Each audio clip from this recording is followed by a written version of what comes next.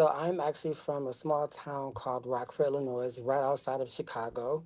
Hmm. Um, I grew up with both of my parents in a household. They were married for 20 something years, and eventually they divorced. And my mom left. Well, my dad left, and my mom raised me, my brother, and my little sister on her own at that point. Um, but just to kind of touch on, I guess, me being quiet, because anybody who knows me knows that I'm a quiet person until you get to know me. And I have my reasons at this point in life to why I'm like that. But I think growing up, I was very shy, very timid, um, and also battling things early on in life, like my sexuality and being confused about things of that nature, and really not knowing or even having a safe space to speak about those things. But I was literally probably quiet until I turned about 3 or 4, where I really started talking and dancing, and that true me started to shine through. My talent started to grow as well. Um, and I think, over the years, as I've gotten older, as I got older at that time, I start to realize, my quietness is my weapon and is my way of controlling situations and controlling my emotions in certain situations. So I think that kind of speaks to who I am today, like all of the things that I've been through, and um, how it translates into me being quiet or a shy person. But it's really my protective, uh, Yes, situation. So absolutely. Yeah. So what made you okay, so you when you mentioned that you said that you were shy, you were timid, and I can understand that, you know, but what gave you your voice? What made you decide to say, you know what, this is the time where I'm gonna I'm gonna be more vocal? Like, do you remember? music. Mm. I would say fashion. Fashion started first for me. I remember growing up, early on, like I remember like when my parents were together, I had everything. Like I didn't really need for anything. Um, my grandmother had won a lottery, and my family was in a great space. Luxury cars, big Mm. houses. Oh, okay.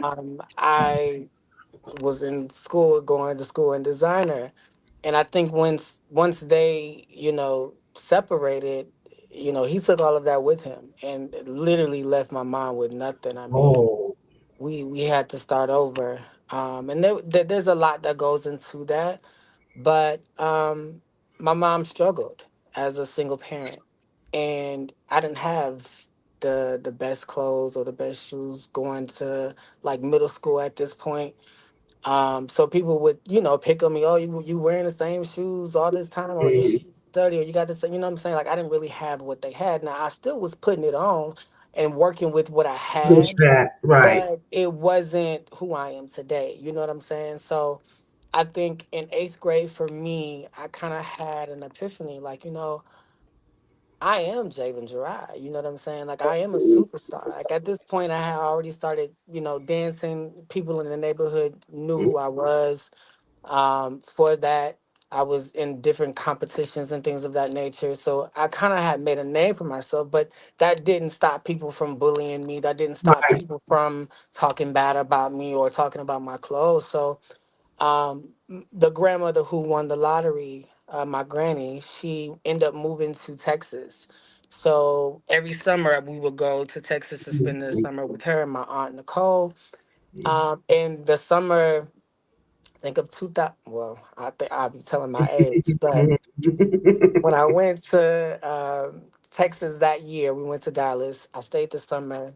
Um, Something in me changed. There was a shift. This was the year before I went to high school, and I had kind of told myself, I'm not going to go into high school being the same person that I was in middle school. I'm not going to allow these people to make me feel bad about myself, or to, put me in a box to where I can't really be who I am because they're judging me. And I had grew an interest into fashion and music and just more so of the LGBTQ people and the whole lifestyle. I kind of started to really pick up on certain things and like really learn my community. Right. So I kind of started indulging in that and like just seeing those around me who embody this confidence that I didn't necessarily know how to show. I know it was within me, but I Yeah. didn't know how to present it.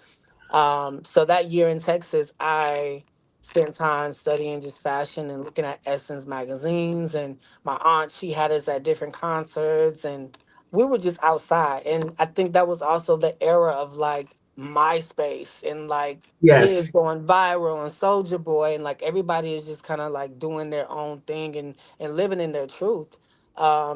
So I thought it was fitting for me to also do the same, and really Right. show people who I am. So the year in high school, Well, my okay. freshman year, I'm gonna bring it back. I want you to book. Yeah, I want you to bookmark that. Yes, because as I Well, want I'm this. bringing it back for Okay. you. Oh, okay. Okay. So when I Mhm. went to high school, that was kind of like the changing factor for me. Like I knew that I wanted to stand out for my gifts and fashion and things of that nature, and I think that was the shift for me from like saying, "Hey, let me be more vocal and let me speak up for myself. Let me be more of who I am and what I feel on the inside. Let me show that." Okay. And so yeah, you showing it all right, but yeah, but I want to go back more into because you said that your parents eventually divorced. How old were you when that happened? When your parents divorced? Um, Officially divorced because they had split for some time. Then they got back together. Then they split. Then they got back together. I would So probably say like 14, 15. okay, and so all right. So before that happened, when there was the two parent situation going on, can you tell me the difference between your dynamic, your family dynamic in your household at the time that your parents were together, and compare it to when it was like officially Splitsville. Well, I think when they were together, we were happy. I think there was my dad was a lot more strict than my Mm-hmm. mom. Um, my mom was more understanding and more loving, and my dad was like, very strict and has these high expectations, sometimes unrealistic expectations of me and my siblings, but especially of me. But I remember it just being a happy time. I remember them loving each other, and of course they had their ups and downs, but I think it was a household full of love. Okay. Um, and once they split, I think, there was still a household full of love because my mother has always been my number one fan and has always supported me through everything. Um, but, she was going through her things, trying to take care of us. She was a single mother at this point. So there was definitely a shift in, I guess, the love and support that she could give me was limited because she also had to work and be And dad and mom, and she took a right. lot on. So I think that definitely was the change. There was it was just her at that point. And so when that happened, so that did that cause a strain between you and your dad? Was your dad still present in you and your siblings' lives? So my dad was definitely still present, but it was on his terms, Uh, and mm, he was dealing with other women at that time, and mm, he would say he's coming to get us, and then he won't show up, or he'll show up late, or like mm. he was like that, but then he would still be like throwing money here and there, like, hey, I'm doing this, I'm doing that. And honestly, it was crazy to think about that because I'm very still close with my dad's side of the family. Like they helped raise me.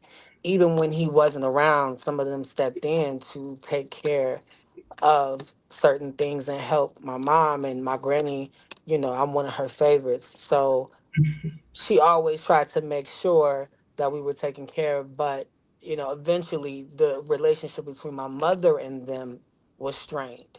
So a lot of the stuff that was happening um, as far as help has stopped is stopped as well. So um, he was there, but he wasn't. And my dad is not perfect.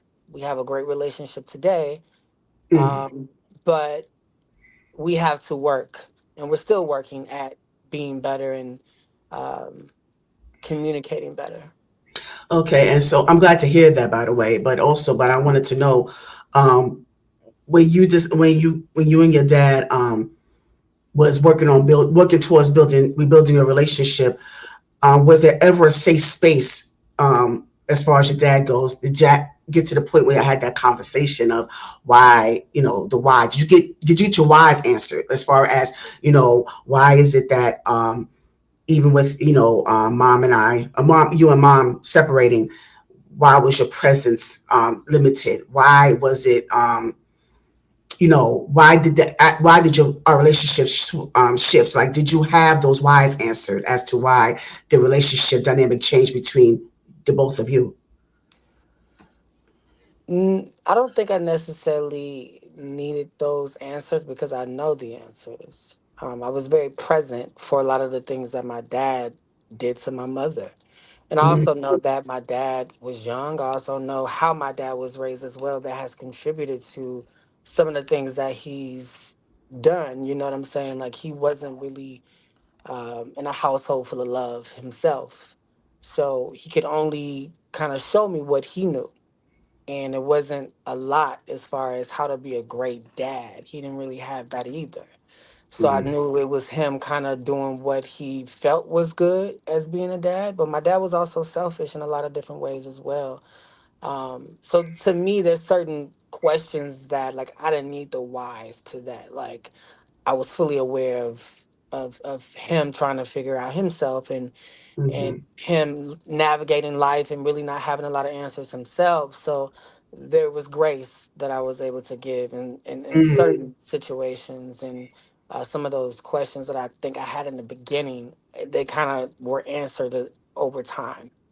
Okay, well, that's commendable. The fact that you mentioned grace, and that, and that's a process in itself. Having the ability to have grace and forgiveness towards people, because a lot of times, especially when you have a relationship with God, people have the perception that you automatically got to forgive and, forget or have that grace. No, it takes time. It's a process. Yeah. And so I'm glad that you actually are going through that process. But now I know you're saying that you already had the answers to the whys, but did you present your feelings to him? Did you present how you felt about your relationship at that time? Did you have that conversation with him? No, I don't think we've had those, like, that type of conversation. Like, he's outwardly said, he's messed up, or that he could have Mm, been better, and that he um wish he would have did things differently. And I mean, he's outwardly said some things to that, but I don't think we've ever had like a conversation of, like, why did you cheat on my mom? And, like, why mm, did you have us walking to church while, your mistress was driving down the ooh, street, oh my. in your Mercedes Benz, and harassing my mom? Like, it's just certain Mm, things that I didn't really, I guess, want answers to, if that makes sense. Like, I was mm. able to say, you know what, my mom is in a better space. We're in a better space. It happened. If my mom was able to forgive him, and move forward, so can I. He's trying now, and I'm willing to accept that. Okay, and so how was your mom? Like, throughout that journey, like, how did your mom, or how did you see your mom overcome those obstacles? And what was your relationship like with her during the time when your dad was around, and then when he was not? Like, did you see a shift in her? So I didn't see a shift in, like, how she treated me or anything like that as far as our relationship, but I definitely seen a shift in her spirit. I feel like at Mhm. one point she was very defeated. Um, Mm, my parents did everything right. Like, my parents met at 13 years old. Um, they went to school together. I mean, they mm, were high school sweethearts. They went to prom together. I mean, they got married. Then they had um, me, myself, and my siblings. And I think for her, she allowed a lot of the lifestyle and the having the family kind of that was forefront for her. So she didn't really do what she wanted to do. She didn't finish, you know, her college dreams and the things that she put forth in life to have a family. She sacrificed a lot of that for us. So I definitely seen, the shift in her where I felt like she kind of maybe regretted, maybe marrying my father, or maybe just couldn't really fathom like this is where she is in life now after all of this. You know what I'm saying? After all of these great things, these great children, and this marriage, I'm now by myself and raising three kids by myself. I couldn't really imagine how she felt on the inside, but I definitely seen a shift. But I think it also made her stronger. Um, Absolutely. I saw a warrior kind of come out of my mother. My mother's also quiet too. My mother's a Virgo, just to kind of throw that out there. So if you know anything about Virgos, they can be very quiet, um, but they're the most sweetest people that you will meet. They will give you the shirt off their back if they needed to. Um, they will give their last. And my mother is that type of person. You know what I'm saying? But don't play with her, and she made that clear going, as even in my adult years, like don't play with me. I'm the sweetest person until I'm not.